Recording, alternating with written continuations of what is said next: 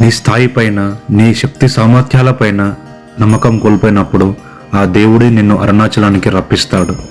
ఇది కేవలం ఆలయం మాత్రమే కాదు, నిజం కాని నీ నమ్మకాలను కాల్చేసి నీ అహంకారాన్ని తగ్గించి నిజాల్ని చెప్పే ఒక గొప్ప శక్తి క్షేత్రం. ఇక్కడ దేవుడు విగ్రహంగా నిలవలేదు, అగ్నిగా అవతరించాడు.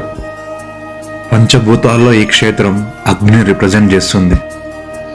ఇక్కడ కనిపించే కొండ రాయి కాదు, అలా అని రూపకం కాదు, ఇది శివుడి శరీరం. భూమి ఆయన స్థైర్యం, రాయి ఆయన నిశ్చలత్వం, అగ్ని ఆయన చైతన్యం.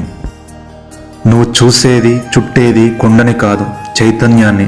కేవలం ఒక నడక కాదు, అది ఒక ప్రక్రియ. ప్రతి అడుగులో నీ అహంకారం తగ్గుతుంది, ప్రతి అడుగులో నీలో నిశ్శబ్దం రాజ్యమెలుతుంది. ఇంకా ఆఖరికి మిగిలేది నీకు నువ్వు మాత్రమే. మండే అగ్ని కనిపించిన ప్రతి వస్తువు నల్ల కాల్చేస్తుంది, కానీ అరుణాచలంలో ఉండే అగ్ని నీలో ఉన్న నమ్మకాలని కాల్చేస్తుంది, నీలో ఉన్న భయాన్ని కరిగించేస్తుంది, నీలో ఉన్న అహంకారాన్ని నిశ్శబ్దం చేస్తుంది. ఆఖరికి నీతో మిగిలేది కేవలం సత్యం మాత్రమే.